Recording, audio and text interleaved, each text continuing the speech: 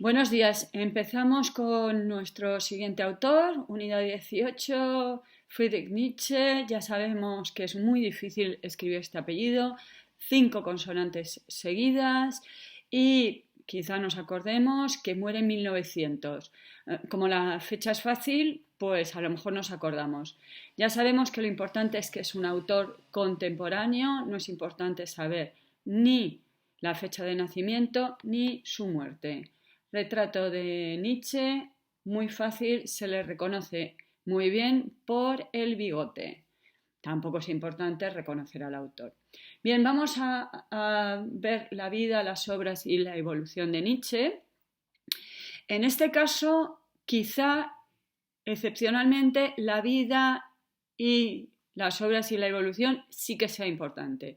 Nietzsche es un autor que escribe en primera persona, ya hemos visto Descartes, ya hemos visto, por ejemplo, San Agustín cuando escribe sus confesiones. En este caso, Nietzsche va a escribir también en primera persona y su vida es parte.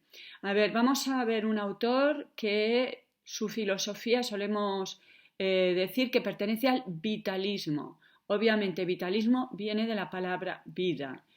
Los filósofos como Nietzsche, y veremos también Ortega, van a considerar que con anterioridad la filosofía no ha tratado de un tema, ha tratado del sujeto, ha tratado de Dios, ha tratado de la naturaleza, ha tratado del trabajo, Marx, acabamos de ver, pero no ha tratado de la vida. Así que vamos a ver un nuevo tema y quizá entender la vida del autor es importante.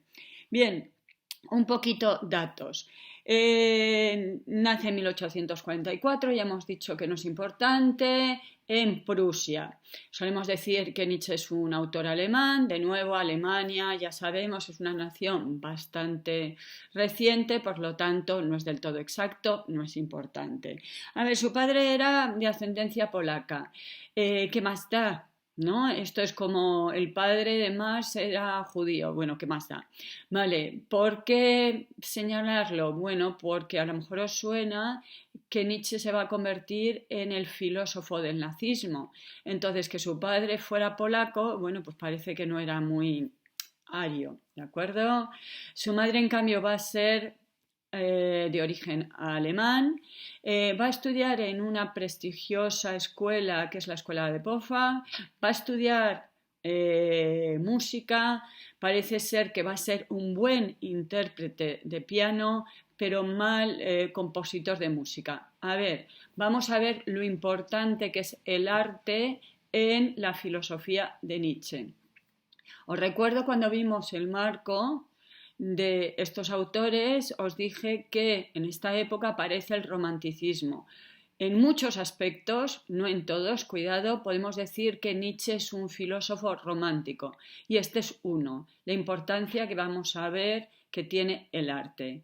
Desde muy pequeño, Nietzsche va a padecer enfermedades. La enfermedad va a ser parte de su filosofía, ¿de acuerdo? Entonces no es anecdótico, va a ser un hombre muy enfermo. Estudia filología, ¿de acuerdo? Por lo tanto, no estudia filosofía, pero esto ya lo hemos visto. Los filósofos, por ejemplo, Descartes vimos estudió Derecho, o sea que no necesariamente estudiaron filosofía. A ver, se suele decir que Nietzsche es un filólogo que quería ser poeta y acabó siendo filósofo, ¿vale? Entonces, que estudiara filología a lo mejor nos da una pista para darnos cuenta de lo importante que va a ser el lenguaje en la filosofía de Nietzsche. Pasamos al siguiente punto. Esta es la escuela donde estudió de pequeño. Bien, a ver, es nombrado catedrático de filología en la Universidad Basilea, ¿vale? Es jovencísimo. Vale, esto es un rasgo muy romántico. Hemos visto que Kant es un autor que su gran obra la hace con 60 años. Nietzsche va a tener un éxito increíble y un fracaso estrepidante. Todo va a ser muy rápido y muere relativamente joven. Esto es muy romántico, ¿no? Soy un genio joven y muero de forma, como vamos a ver a continuación, bastante terrible. A ver, en esta época hace amistad con Wagner, ¿de acuerdo? Bien, aquí vemos de nuevo el interés por la música, el interés por el arte.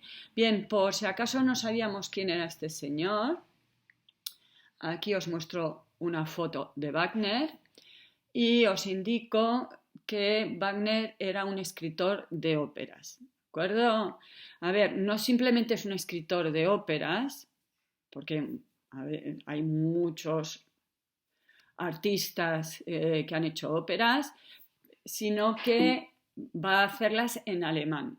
Igual que Nietzsche es el filósofo del régimen nazi, Wagner va a ser el músico del nazismo.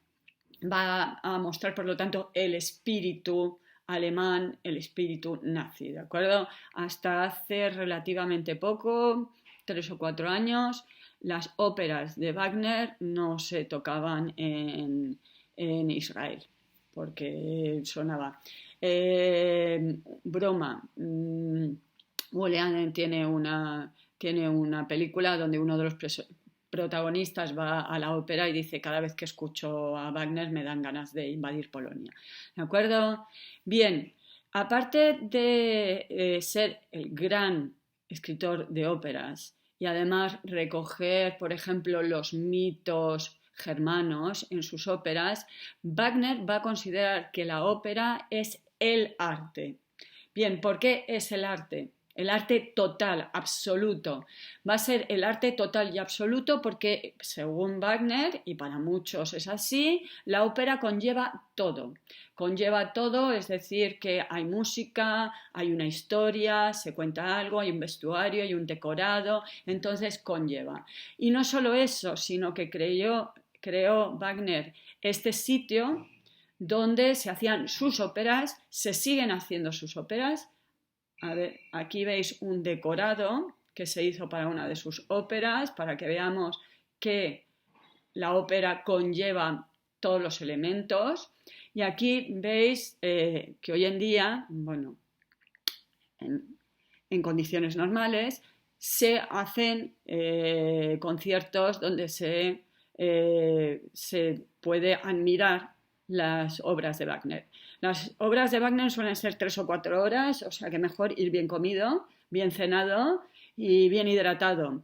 Y además, a partir de Wagner, la ópera ya no va a ser como era antes. La ópera durante mucho tiempo era una cuestión social, la gente llegaba, se ponía guapa, se mostraba, enseñaban a sus hijas para posibles matrimonios, hacía negocios, en los descansos podía hablar. Era una cuestión social donde me muestro. Era tan importante lo que ocurría en la escena como lo que ocurría en el palco. A partir de Wagner, no. Uno escucha la música en absoluto silencio y es como ir a misa, es una cosa sagrada. ¿De acuerdo? Todo eso se lo debemos a Wagner. Aparte de otro detallito, por ejemplo, Wagner inventó eso de que cada personaje tiene su música, ¿no? Es una cosa que se utiliza mucho también en las películas. Bien, entonces vemos que Nietzsche va a tener mucha relación con este artista. Ya empezamos a ver la importancia del arte en la obra de Nietzsche. Su primera obra va a ser justamente el nacimiento de la tragedia en el espíritu de la música. No hace falta que aprendamos todo el título, con decir el nacimiento de la tragedia es suficiente, pero os señalo que siga en el espíritu de la música para que veamos lo importante que es la música en el planteamiento de la filosofía de Nietzsche. Esto es Basilea, la universidad donde dio clases, está en Suiza. Digo, por esto de que si era un ferviente defensor de Alemania, pues parece que no, ¿de acuerdo? Porque se fue a Suiza, renuncia a su nacionalidad, se hace suizo y no tiene el más mínimo problema. Escribe esta obra, El nacimiento de la tragedia, va a ser su primer fracaso y único. Va a dejar muy pronto de ser profesor de universidad y va a empezar a viajar. sobre todo va a viajar al sur de Europa, Italia, Francia, sobre todo Italia, y está intentando recuperar la salud, ¿de acuerdo? Porque es un ser muy enfermo y entonces intenta encontrar un buen clima que le tranquilice, le alivie. Será justamente en Suiza donde tenga su gran inspiración, ya veremos, el eterno retorno, que es la idea central, idea entrecomillado, de Así habló Zaratustra. Así habló Zaratustra es la obra más famosa de Nietzsche. Ya os he dicho, no es necesario aprenderse todas las obras de todos los autores, nos quedamos con una, con dos, bueno, nos vamos a quedar con Nietzsche, Así habló Zaratustra. En uno de estos viajes va a conocer a Lou Andreas von Salomé. Bien, tenemos aquí un filósofo que se enamora de Santo Tomás, sabemos algo de Kant tampoco, vale, normalmente la vida privada no cuenta nada, ya, pero estamos ya en el romanticismo y el amor es un elemento muy importante. Nietzsche le pedirá en matrimonio a Lou Andreas von Salomé, que rechazará, ya sabemos, romántico, rechazo, ¿no? Pero que le admira como filósofo. Lou Andreas von Salomé se casa con el tal Salomé que amenaza con suicidarse si no se casa con ella. Es una escritora, es de origen ruso y bastante conocida. A ver, no llega a Nietzsche, pero es alguien que sabe muy bien escribir y que tiene poesía y tragedia. Luego será alumna de Freud y amante también del poeta Rilke, ¿de acuerdo? O sea que una mujer muy interesante. Bien, sufre un colapso en la plaza de Turín, ¿de acuerdo?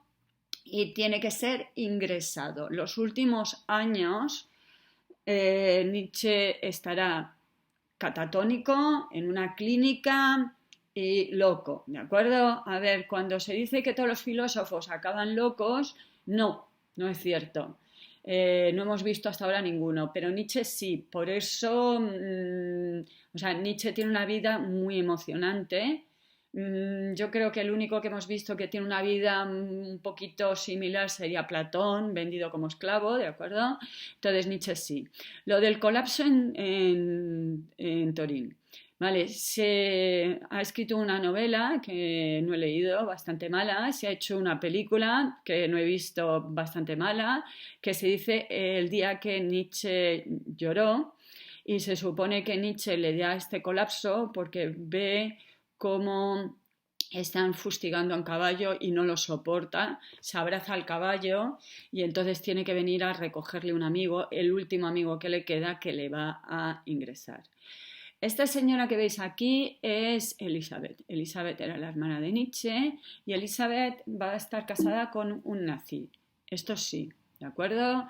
Y será amiguita de Hitler, ¿de acuerdo? Y será la que tiene todos los escritos de Nietzsche en estos momentos en que él está catatónico ya, que toca un poquito el piano, pero ya está, que será un lapso de tiempo bastante largo, creo recordar como unos 9 años o así, que va a estar ingresado, y parece ser que Elizabeth se va a dedicar a falsificar los escritos de Nietzsche a base de recorta y pega, y que eso va a ser muy problemático y que poquito a poco se ha ido resolviendo. Hay un filósofo italiano que es Giorgio Colli que dedicó toda su vida justamente a poner en orden los escritos de Nietzsche. Y esta señora es Lou Andreas von Salomé, que os decía, vivió con Nietzsche, amante de Rilke, alumna de Freud. Vale, vamos a distinguir 4 periodos en el pensamiento de Nietzsche, ¿de acuerdo? A ver, como ya para introducirnos en el pensamiento de Nietzsche les vamos a poner metáforas, ¿de acuerdo? Porque vamos a utilizar mucho la metáfora cuando explicamos a Nietzsche. Algunos os va a encantar, otros os va a horrorizar, ¿vale? Si uno tiene una mente más analítica, más científica, Nietzsche os va a poner de los nervios. Si uno es más artístico, le gusta la literatura, pues Nietzsche os va a encantar. Vale, vamos a empezar por el periodo romántico, la filosofía de la noche. Filosofía de la noche, de la mañana, del mediodía y del atardecer son metáforas del propio Nietzsche, ¿de acuerdo? Empezamos con el periodo de Basilea, aquí es cuando va a tener la inspiración de los presocráticos, ¿de acuerdo? Vamos a ver que Nietzsche recoge a Heráclito. Vimos al principio de curso los presocráticos, os dije no os olvidéis de los presocráticos porque volveremos a ellos, volveremos con Nietzsche. Es gracias a Nietzsche que se vuelve a valorar el pensamiento de los presocráticos. Durante siglos lo que se valoraba era la Grecia clásica, Platón, Aristóteles, Sócrates, y de repente vamos a valorar los presocráticos y vamos a valorar a Heráclito. Nos acordamos que Platón elige a Parménides, dice que Parménides es el padre de la filosofía, es verdad que comete un parricidio, mata al padre, es muy freudiano eso de hay que matar al padre, pero la filosofía durante siglos había seguido la estela de Parménides. Ahora vamos a romper con todo, vamos a ver que Nietzsche rompe, justamente es lo que caracteriza el pensamiento de Nietzsche, y vamos a recuperar a Heráclito. En esta época tiene la influencia de Heráclito, la influencia de Schopenhauer y la influencia de Wagner. ¿De acuerdo? Ya hemos hablado un poquito de Wagner. Vamos a hablar un poquito de Schopenhauer. A ver, Schopenhauer no está en el temario y tampoco hace falta que lo incluyáis. ¿De acuerdo? Pero hay que entender que Nietzsche es, entrecomillado, alumno de Schopenhauer. A ver, es imposible ser alumno de Schopenhauer porque Schopenhauer va a ser justamente un autor muy independiente y Nietzsche le va a encantar justamente esa independencia de Schopenhauer. Schopenhauer creía que era el verdadero alumno de Kant y se le ocurrió la osadía de poner sus clases a la vez que Hegel, o sea, imposible. Obviamente los alumnos iban a ver a Hegel y pasaban de él ampliamente porque Hegel era el filósofo en aquel momento. A ver, Schopenhauer tiene una novedad y va a ser radical. Hasta entonces nadie había osado y Nietzsche lo va a aceptar. A ver, Schopenhauer es el primero que considera que la realidad, el mundo, todo lo existente es irracional. Hasta ahora los filósofos, los científicos habían supuesto que el mundo era racional. El ser humano le puede costar más, menos, ha tardado siglos. O nos acordamos esto, América existía ahí, pero hemos tardado hasta 1492 que Colón llegara. Vale, al ser humano le puede costar más o menos descubrir las leyes de la naturaleza o la lógica de la realidad, pero el mundo es lógico. Nietzsche y Schopenhauer van a ser los primeros que digan todo es irracional, es decir, el mundo es absurdo. Es más, justamente dirá Nietzsche, la vida es irracional y se contrapone. Antes os he dicho que Nietzsche es vitalista. Bien, vitalista sí, pero la vida es irracional. La razón mata la vida. Entonces, oponemos por primera vez la vida, la realidad, la existencia a la racionalidad. Desde Heráclito habíamos jugado con la regla de juego, y lo de regla de juego, cuidado, son cosas que yo digo y no se ponen en un examen, que había una razón y esa razón era común al género humano y que el ser humano era racional, pero el mundo era racional y mi razón podía entender la racionalidad del mundo. Vamos a romper con ello, ¿de acuerdo? Schopenhauer tiene un libro que se llama El mundo como voluntad y representación. Es decir, resumiendo mucho el pensamiento de Schopenhauer, todo o bien es representación o es voluntad. Representación de esa voluntad son las distintas imágenes de esa voluntad. Esa voluntad es irracional. Los animales quieren sobrevivir, pero no tienen una razón, quieren sobrevivir, punto. Y si para sobrevivir tienen que matar al otro, pues matan al otro. Y si para sobrevivir te saltan al cuello, pues te saltan al cuello. Las plantas crecen, crecen, crecen. ¿Por qué? No hay. ¿De acuerdo? No hay una razón. La voluntad esa que no para es irracional. Lo que se puede hacer es representaciones. Y Schopenhauer va a proponer como tres, entre comillas, salidas a esa irracionalidad. Uno es el arte, ya vemos que estamos en el romanticismo, podemos escaparnos de esa sinrazón por medio del arte. Cuando escucho una ópera o cuando veo un cuadro me olvido, puedo saltar. Otro es la ética. Cuando veo el sufrimiento del otro, entonces puedo olvidarme de esa irracionalidad. Y otro es la tesis, el misticismo, ¿de acuerdo? Se dice que Schopenhauer tenía influencias del misticismo, del hinduismo, y entonces nos está diciendo que podemos salvarnos gracias a salirnos de este mundo, que sería una tesis mística, ¿de acuerdo? Serían las tres formas de escapar. Schopenhauer va a ser un autor que se base mucho en la literatura y que en vez de buscar sus fuentes en otros filósofos, busque en otras formas. Y será un autor que nos muestre el sufrimiento de los campos de batalla, de los hospitales, de los psiquiátricos y deje esa racionalidad que había tenido la filosofía. Bien, entonces, estamos en la primera época de Nietzsche y aquí vemos la influencia de Schopenhauer y de Wagner. Será cuando escriba El nacimiento de la tragedia, os podéis saltar El espíritu de la música, y considera en este momento que el arte es el sumum, lo que permite acceder justamente a la realidad. Va a aparecer dos metáforas, ya hablaremos de ella. Una es Dioniso, que es un dios griego, y ahora lo importante será el artista, muy romántico, ¿de acuerdo? Pasamos al segundo periodo. Yo recuerdo que en los exámenes no hace falta que habléis del autor, ni de las etapas, ni de las obras, es como introducción. Entonces, en este segundo periodo, que vamos a decir entrecomillado positivista o entrecomillado ilustrado, podemos llamarlo la filosofía de la mañana, y sería el final del periodo de Basilea. Empiezan los viajes, rompe con Wagner, rompe con Schopenhauer, y en este momento se va a basar en los ilustrados franceses, como Voltaire, ¿de acuerdo? A ver, ni Nietzsche es positivista ni es científico, nunca lo será. A ver, justamente si lo importante es el artista, lo importante ya no es el científico en el romanticismo. Si le gustan los ilustrados es justamente por cómo rompieron, cómo fueron capaces de abandonar y romper con las teorías que había en la época, ¿de acuerdo? Entonces, cuidado, vamos a hablar en este momento del hombre libre, aquel que vive ajeno a su sociedad, y eso es lo que le va a gustar a Nietzsche. Escribe Humano demasiado humano, La Gaia Ciencia y Aurora. ¿Por qué señalo lo de La Gaia Ciencia? Porque esa es la obra que tenéis que leer, ¿de acuerdo? Y la cual os puede caer un fragmento. Cuidado con lo de La Gaia Ciencia.